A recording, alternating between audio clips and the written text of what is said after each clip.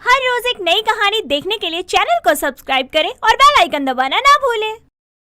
सावित्री अपने बेटे हर्ष की कुंडली लेकर अपने खानदानी पंडित ब्रिजनाथ जी के पास जाती है और अपने बेटे की कुंडली दिखाते हुए बोलती है। नमस्ते पंडित जी, आज मैं आपसे एक बहुत जरूरी काम से मिलने आई हूँ। ये मेरे बेटे हर्ष की कुंडली है, जरा आप देखकर बताइए इसकी शादी का संजोग क्यों नहीं बन रहा। जरूर सावित्री बहन, मुझे थोड़ा वक्त दीजिए, मैं अभी हर्ष की कुंडली देख लेता हूँ। पंडित जी कुंडली देखकर हैरानी के साथ सावित्री से बोलते हैं। अरे सावित्री बहन, आपके बेटे के लिए बिल्कुल उपयुक्त कुंडली है मेरे पास, रुकिए 1 मिनट। ब्रिजनाथ पंडित जी अपने झोले से एक कुंडली ढूंढ कर निकालते हैं और उसको देखते हुए बोलते हैं। ये कुंडली आपके बेटे की कुंडली से बिल्कुल मेल खाती है। कुंडली मिलाई जोड़ी है ये तो। मैं तो कहता हूँ इस कुंडली वाली कन्या से बिना देखे अपने बेटे का रिश्ता पक्का कर दीजिए। आपके घर में सुख, शांति, समृद्धि सब आएगी। अच्छा पंडित जी, लेकिन ये कुंडली है किसकी? क्या नाम है लड़की का? कन्या का नाम अनुराधा है, लेकिन हमें ये नहीं पता कि ये कुंडली कौन दे गया, क्योंकि पिछले महीने जब हम यहाँ नहीं थे तब जितने भी श्रद्धालु आए थे सेवकों ने सबसे कुंडली ले ली। तो अब ये कुंडली कौन लेकर आया ये बताना तो मुश्किल है। तो अगर हमें जैसे ही सूचना मिलती है हम आपको बता देंगे। जी पंडित जी, धन्यवाद।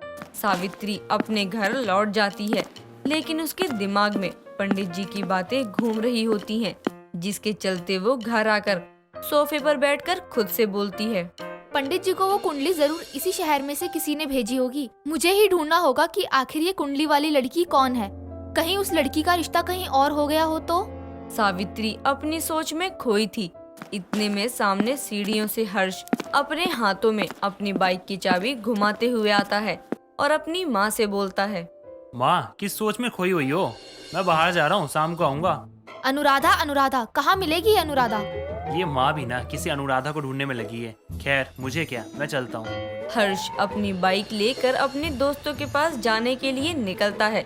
तभी रास्ते में रॉन्ग साइड से अपनी स्कूटी पर आ रही अनुराधा की टक्कर हर्ष से हो जाती है और वो अपनी स्कूटी और पीछे बैठी अपनी दोस्त काया समेत गिर जाती है, जिस पर गुस्से में अनुराधा उठकर हर्ष से बोलती है। ओ मिस्टर, दिखाई नहीं देता क्या? आंखें हैं या बटन? मेरी स्कूटी और मुझे गिरा दिया।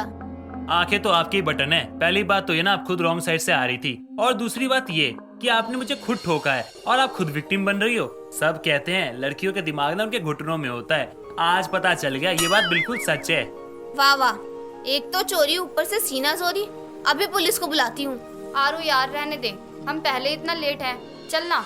और वैसे भी गलती तेरी थी, तो अब बहस मत कर। जाइए मिस आरू, जाइए। अब तो आपकी दोस्त भी कह रही है कि गलती तुम्हारी है। तुमको तो मैं छोड़ूंगी नहीं। और काया, तुम मेरी दोस्त हो या इसकी? अब चलो। अनुराधा अपनी दोस्त के साथ वहाँ से चली जाती है और हर्ष भी अपने दोस्तों से मिलने चला जाता है। समय गुजरता है। एक तरफ सावित्री उस कुंडली वाली अनुराधा को ढूंढ रही होती है, तो वहीं हर्ष और आरू की टक्कर भी कई बार होती है, जिसके कारण उनके बीच पनपी नफरत की दीवार अब दोस्ती की दीवार में बदल जाती है। और एक रोज हर्ष अपनी ही बाइक पर आरू को कॉफी शॉप पर लेकर जाता है, जहां पहुंचकर दोनों कॉफी पीते हुए एक दूसरे से बोलते हैं। वैसे मुझे भी लगा नहीं था कि तुम जैसी अखरू लड़की से मैं दोस्ती करूंगा, और तुम कितनी खुश नसीब हो यार जो तुम्हें मेरे जैसा दोस्त मिला है। तुमको पहली बार देखा था तो लगा था जिंदगी में तुम्हारी शक्ल नहीं देखूंगी, लेकिन अब सोचती हूँ अच्छा हुआ हम मिल गए। एटलीस्ट तुम जानवर से इंसान तो बन गए। वेरी फनी आरू। चुपचाप ना कॉफी पियो, आई बरी। हर्ष और आरू की दोस्ती समय के साथ गहरी हो जाती है और हर्ष के मन में आरू के लिए प्यार वाले जज्बात पनपने लगते हैं, जिस पर वो एक शाम इसके बारे में बात छेड़ते हुए अपनी माँ से बोलता है। माँ, दोस्ती में प्यार हो सकता है ना? दोस्ती ही प्यार होता है बुद्धू, और ये क्या प्यार व्यार लेकर बैठा है। अच्छा सुन मेरी बात, मैंने तेरे लिए कुछ अनुराधा नाम की लड़कियों के रिश्ते देखे हैं। एक बार उनकी कुंडली मिलवा लूं, फिर जिससे तेरी कुंडली मिलेगी उससे तेरी शादी तय कर दूंगी। क्या माँ, मुझे नहीं करनी शादी यार। और ये कैसा ओल्ड फैशन नाम है अनुराधा, मुझे नहीं पसंद आया बिल्कुल भी। और एक कुंडली के चक्कर में आप मेरी शादी बिना देखे, बिना समझे, बिना सुने, बिना जाने उस अनुराधा नाम की लड़की से कर दोगी। तुझे नाम नहीं पसंद आ रहा, और मुझे इस नाम की लड़की अपने शहर में इतनी मिल रही है कि समझ नहीं आ रहा कि वो कुंडली वाली कौन सी अनुराधा है। हर्ष अपनी माँ की बातों को इतनी ज्यादा इम्पोर्टेंस नहीं देता और वहाँ से चला जाता है। अब एक तरफ सावित्री सभी अनुराधाओं की कुंडली पंडित जी से मिलवा रही थी, लेकिन कोई भी कुंडली हर्ष की कुंडली से मैच नहीं हो रही थी। तो वहीं हर्ष अब अपने प्यार का इजहार करने के लिए बेताब होता है, जिसके चलते एक शाम वो एक अच्छे से कैफे में आरू को बुलाकर बोलता है, आरू, मुझे नहीं पता कि कब हुआ, कैसे हुआ, क्यों हुआ, लेकिन हाँ, मुझे तुमसे प्यार हो गया है और ना अब मैं ना बिना बोले रह नहीं पा रहा। तो क्या तुम मेरे प्यार को स्वीकार करोगी? Will you marry me? Seriously Harsh, आखिरकार तुमने बोल ही दिया। मुझे तो लगा था तुम बोल ही नहीं पाओगे और मेरी शादी कहीं और हो जाएगी। By the way, I love you too. और हाँ, मैं तुमसे शादी करूंगी। आरू की हाँ सुनकर हर्ष खुशी से उसको बाहों में भर लेता है और कैफे में मौजूद सभी लोग उन दोनों के लिए तालियां बजाने लगते हैं। लेकिन शादी के लिए लड़की तो मना ली थी हर्ष ने, अब माँ मनानी बाकी थी, जिसके लिए वो शाम ही अपनी माँ को घर जाकर अपने और आरू के बारे में बताते हुए बोलता है, माँ, आप कहती रहती हो ना शादी कर ले, शादी कर ले, तो मैं ना इसके लिए तैयार हूँ। और हाँ, मैंने लड़की भी ढूंढ ली है। क्या पागल है? क्या नाम है लड़की का? और मैंने कहा था ना तुझे, तेरी शादी अनुराधा नाम की लड़की से ही होगी। माँ, आप कब से उस कुंडली वाली लड़की को ढूंढ रही हो यार, लेकिन वो मिली आपको नहीं ना, इसलिए अब ना आपको मेरी पसंद की लड़की से ना मिलना ही होगा और मेरा रिश्ता पक्का भी करना होगा। ठीक है, मैं मिल लूंगी, लेकिन शादी पक्की मैं कुंडली देखकर ही करूंगी। इस वक्त ना मिलने के लिए तो मना लूं, शादी के लिए तो मनवा ही लूंगा। ठीक है माँ। हर्ष अपनी माँ के साथ अगले दिन आरू के घर जाता है, जहाँ आरू की माँ काम्या उन दोनों का अच्छे से स्वागत करती है। लड़की से मिलने और बात करने के बाद सावित्री काम्या से बोलती है, बहन जी, क्या आपके पास आपकी बेटी आरू की कुंडली है? वो मुझे मेरे पंडित जी से दिखवानी है। क्या है ना, मेरा इन सब में बहुत मानना है। बहन जी, अभी तो नहीं है, मैं कल शाम को आपको भेजती हूँ। कोई दिक्कत तो नहीं है ना? अरे नहीं नहीं। सावित्री बस अभी रिश्ते की बात करने ही चली जाती है। लेकिन अगले दिन काम्या अपनी बेटी की कुंडली लेने उसी पंडित के पास जाती है, जिसके पास सावित्री आती थी, और वहाँ आकर काम्या बोलती है, प्रणाम पंडित जी, मुझे ना मेरी बेटी की कुंडली चाहिए। कुछ महीने पहले देकर गई थी ना मैं, अनुराधा नाम है कुंडली पर लड़की का। वो क्या है ना, उसके लिए रिश्ता आया है, इस चक्कर में चाहिए थी। अच्छा अच्छा, तो वो आपकी बेटी की कुंडली है। देखिए, एक लड़का है जिसकी कुंडली आपकी बेटी से बिल्कुल मिलती है। अगर उस लड़के से आपकी बेटी की शादी हो गई तो वो जिंदगी भर खुश रहेगी। इसलिए ये सलाह दूंगा, जहाँ रिश्ता आप देख रहे हैं उसे मना करके एक बार आप इस लड़के और उसकी माँ से मिल ले। मेरे आरू के लिए अगर ये घर सही है तो मैं उसको कहीं और क्यों भेजूं? ठीक है पंडित जी, आप कल लड़के को बुला लीजिए अपने आश्रम में, मैं अपनी बेटी के संग यहाँ पर आ जाऊंगी। इतना कहकर काम्या घर आती है और आरू को उसके दिखाए रिश्ते के लिए मना कर देती है। तो वहीं कुंडली वाली लड़की के मिलने पर पंडित जी का फोन सावित्री को आता है, जिनको सुनकर सावित्री भी हर्ष को आरू के लिए मना करके अगले दिन जबरदस्ती पंडित ब्रिजनाथ जी के आश्रम ले जाती है, जहां पंडित जी काम्या के आते ही सावित्री से बोलते हैं, सावित्री जी, वो देखिए पीछे लड़की और उसकी माँ आ रही है। सावित्री और हर्ष जैसे ही पीछे मुड़ते हैं तो वहां काम्या और आरू को देखकर हैरान रह जाते हैं। साथ ही काम्या और आरू भी ये देखकर हैरानी से बोलते हैं, आप यहाँ? पंडित जी, आपने तो अनुराधा और उसकी माँ को बुलाया था, पर इस लड़की का नाम तो आरू है। आरू इसका निकनेम है, पूरा नाम अनुराधा है। क्या तुम्हारा नाम अनुराधा है? यार, तुमने मुझे आज तक बताया क्यों नहीं? तुमने आज तक पूछा ही नहीं तो मैं क्यों बताती। और वैसे भी अनुराधा बहुत ओल्ड फैशन नाम है, मुझे नहीं पसंद। देखिए, ये अच्छी बात है, आप दोनों एक दूसरे को पहले से जानते हैं। लेकिन काम्या जी, वो कुंडली वाला लड़का हर्ष है, और सावित्री जी, जिस कुंडली के बारे में मैंने आपको बताया था वो लड़की अनुराधा है। तो आप बताइए, आपको ये रिश्ता मंजूर है? जी हाँ, बिल्कुल मंजूर है। सच में ये है कुंडली मिलाई जोड़ी। जो लोग एक दूसरे से प्यार करते हैं उनकी कुंडलियाँ उनके मिलने से पहले ही मिल चुकी होती हैं। सही कहा। आखिर कुंडली वाली अनुराधा हर्ष की आरू ही निकली, और इस कुंडली मिलाई जोड़ी के कारण बिना किसी रुकावट के दोनों की शादी बड़े ही धूमधाम से हो जाती है। शालू के ससुराल वाले शालू को अपनी बहू नहीं, अपनी बेटी की तरह प्यार करते थे। सब कुछ बहुत अच्छा चल रहा था, सब लोग बहुत खुश थे, क्योंकि उसकी ननद रीता की शादी जो तय हो गई थी। सभी लोग हमेशा शादी की तैयारियों की ही बातें करने लगे थे, क्योंकि एक तरफ जहां सब शादी की बात सुन के खुश थे, तो दूसरी तरफ जलजलाती गर्मी से सभी परेशान थे कि ऐसी गर्मी में वो शादी कैसे करेंगे, कैसे सब कुछ बिना किसी परेशानी और खुशी के साथ होगा। सभी आपस में बातें कर ही रहे थे कि तभी शालू वहाँ सबके लिए चाय लेकर आती है और कहती है, क्या हुआ माँ, आप लोग इतना परेशान क्यों हैं? बहू तू तो जानती है रीता की शादी इतनी गर्मी के मौसम में तय हुई है। यहाँ चाहे कितनी भी तैयारी कर लो, फिर भी शादी में कोई न कोई कमी तो रह ही जाती है। किसी न किसी को बोलने का मौका मिल ही जाता है। जी माँ जी, मैं जानती हूँ, लेकिन अब हम कर भी क्या सकते थे। अब वो लोग वेट नहीं करना चाहते थे, वरना हम तो अभी करना ही नहीं चाहते थे।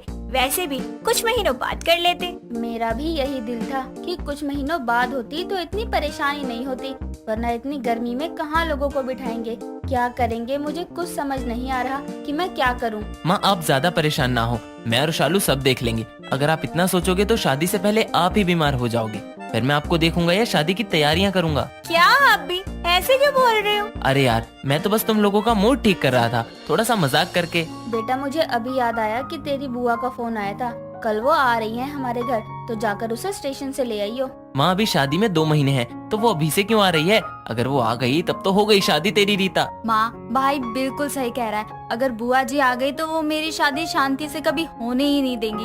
उनका नाम न जाने शांति किसने रख दिया। उनको हर चीज में गलत करने की आदत है और कमी भी तो ऐसे निकालती है। भगवान ना करे शादी का घर है, कहीं कुछ कमी रह जाए या उनका अच्छे से ख्याल ना रख पाए, बाय गॉड वो तो पूरा घर सिर पर उठा लेंगी। अब बस भी करिए, आप दोनों भाई बहन मिलकर सिर्फ बातें कर रहे हैं। अरे काम कब होगा अगर ऐसे ही बातें करते रहेंगे। जाइए ऑफिस, शाम को बात करेंगे इस बारे में। शालू के कहने पर पंकज ऑफिस के लिए निकल जाता है और कुछ समय बाद घर का काम खत्म करके शालू भी अपनी सास और ननद के साथ शादी की शॉपिंग के लिए निकल जाती है। सभी लोग मिलकर बहुत सारी शादी की शॉपिंग कर ही रहे होते हैं कि तभी रीता के होने वाले पति का कॉल आता है, जिस पर रीता कहती है, हेलो क्या है बोलो। ये शहद जैसी मीठी लड़की के मुंह से इतनी कड़वी आवाज क्यों निकल रही है? यार देखो दिमाग तो खराब करो मत, इस गर्मी में वैसे ही मेरा दिमाग बहुत गर्म है। तुम्हें शादी करने के लिए गर्मी का ही मौसम मिला था क्या? कुछ महीने और रुक जाते तो क्या हो जाता। यार अब इसमें मैं क्या करूँ? तुम मुझ पे गुस्सा क्यों कर रही हो? तुम जानते हो ना मुझे गर्मी बिल्कुल पसंद नहीं, और अब मुझे इतनी गर्मी में शॉपिंग के लिए इतनी धूप में बाहर जाना पड़ रहा है। यार तुम अभी फोन रखो। रीता गर्मी से परेशान होकर गुस्से में कॉल कट कर देती है। कुछ समय बाद सभी लोग घर वापस आ जाते हैं। अगले दिन सुबह पंकज बुआ शांति को लेकर घर आता है, जिन्हें देखते ही रीता का पारा हाई हो जाता है और फिर सब के सामने वो कुछ नहीं कह पाती। ऐसे ही समय बीतता है और शादी का समय नजदीक आ जाता है। साथ ही गर्मी का पारा भी 7वें आसमान पर होता है। सभी गर्मी से बेहाल होकर शादी की तैयारियों में लगे थे। ये सब देखकर बुआ कहती है, हाय हाय बहू, अब क्या गर्मी में सबकी जान लेकर ही पानी पिलाएगी? अपनी ननद और घर वालों को छोड़कर बाहर वालों पर भी ध्यान दे दे। देख सब लोग कितनी देर से बिना पानी के बैठे हैं, अभी तक यहाँ कुछ खाने को भी नहीं आया। ना जाने तुम लोगों ने क्या तैयारी कर रखी है। तुम लोगों का कोई भी काम मुझे तो समय पर होता हुआ नजर नहीं आ रहा है। जानकी ये सब कहने की बातें होती है, वो कहावत सुनी है ना तुमने, नाम बड़े और दर्शन छोटे। तेरी बहू का भी कुछ यही हाल है, बोलती है सब देख लेगी सब कर लेगी, लेकिन होता उससे कुछ भी नहीं है। ऐसी बात नहीं है दीदी, वो बेचारी भी अकेले क्या क्या करेगी, अभी लाती ही होगी सब कुछ। वो देखो आ भी गई मेरी बहू। जी बुआ जी, सब हो गया। मैंने सबके लिए ठंडी लस्सी का इंतजाम कर दिया है, वो ज्यादा सही रहेगा। और हाँ, मैंने अलग से पंखों का इंतजाम भी कर दिया है, बस अभी आते ही होंगे। शिकायत का कोई मौका नहीं मिलेगा आपको। ठीक है, तेरी महारानी ननद कहाँ है? उसे बड़ी गर्मी लग रही है, उसी की शादी है और वो सब कुछ छोड़कर आराम से पंखे में बैठी रहती है पूरे दिन। कोई बात नहीं, वैसे वो कुछ दिन की मेहमान है, अब उसको क्या परेशान करूं मैं। तुम लोगों ने ही उसे इतना सिर पर चढ़ा रखा है, तभी तो वो कोई काम नहीं करती। ऐसा लगता है सारी गर्मी उसे ही लगती है। बहू मुझे डर लग रहा है, कहीं रीता को सुन लेगी तो ये दोनों आपस में ही लड़कर मर जाएंगे। मुझे बहुत डर लग रहा है। माँ आप परेशान मत हो, मेरे होते हुए कुछ गलत नहीं होगा। शालू चारों तरफ से अपनी सारी जिम्मेदारियों को बिना किसी परेशानी के पूरा करने लगी हुई थी। वहीं दूसरी तरफ उसकी बुआ आए दिन गर्मी का बहाना लेकर उसमें शादी में कमी निकालने में लगी रहती। शालू ये सब देखकर भी कुछ नहीं बोल पाती। वो बस कैसे भी करके शांति से बिना तमाशे के शादी को अच्छे से पूरी करवाना चाहती थी। ऐसे ही थोड़ा समय और बीतता है और शादी का दिन आता है। सभी लोग तैयार होकर शादी के मंडप के पास आते हैं। शालू भी अपनी तरफ से सारी तैयारियां अच्छे से देखकर तैयार होने चली जाती है। एक तरफ सभी लोग गर्मी से पहले ही परेशान थे कि अचानक दूसरी तरफ लाइट चली जाती है, जिसके चलते सभी मेहमान बहुत परेशान हो जाते हैं और घर से निकलकर बाहर घूमते हुए आपस में बुराइयां चालू कर देते हैं। तभी शालू रीता के कमरे में उसे देखने के लिए जाती है, जहां वो कॉल पर राहुल से बातें करती है और रीता कहती है, यार जब से बुआ जी आई थी उन्होंने हर चीज में टोक टोक कर परेशान कर दिया था। उनको मजा चखाने के चक्कर में खुद के हालात और शादी दोनों ही खराब कर दी मैंने। ऐसा क्या कर दिया तुमने अब? यार मैं बुआ जी के कमरे की लाइट कट करने गई थी ताकि उनको थोड़ा मजा चखा सकूं, पर गलती से पूरे घर की लाइट कट हो गई।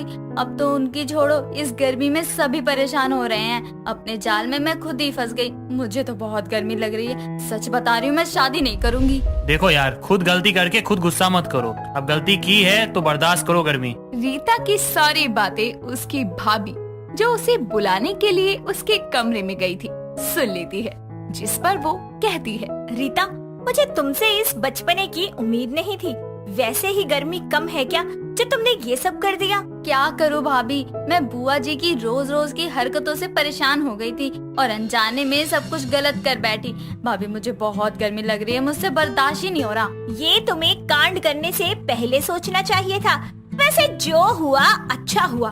तुम्हें गर्मी बहुत लगती है ना, तो अब इस गर्मी में बिना लाइट के, बिना पंखे के शादी करो, ताकि तुम्हें हमेशा याद रहे। हमें जो दिक्कत होगी वो बाद में देखेंगे। इतना कहकर शालू रीता का हाथ पकड़कर ले जाकर उसे मंडप में बैठा देती है और खुद मेहमानों की देखभाल में लग जाती है। जैसे तैसे शालू अपनी ननद की शादी पूरी करवाती है, जिसके बाद रीता अपने सभी घर वालों को सारी बात बताकर सबसे अपनी गलती के लिए माफी मांगती है, जिस पर शालू कहती है, बाकी सब तो ठीक है, लेकिन आज के बाद घर में कोई शादी हम गर्मी में नहीं रखेंगे। तुम्हारी गर्मी की शादी हमें हमेशा याद रहेगी। दोस्तों, अगर आपको ये कहानी पसंद आई तो इसे लाइक करें, शेयर करें और कमेंट करके बताएं कि कहानी में आपको सबसे अच्छा क्या लगा।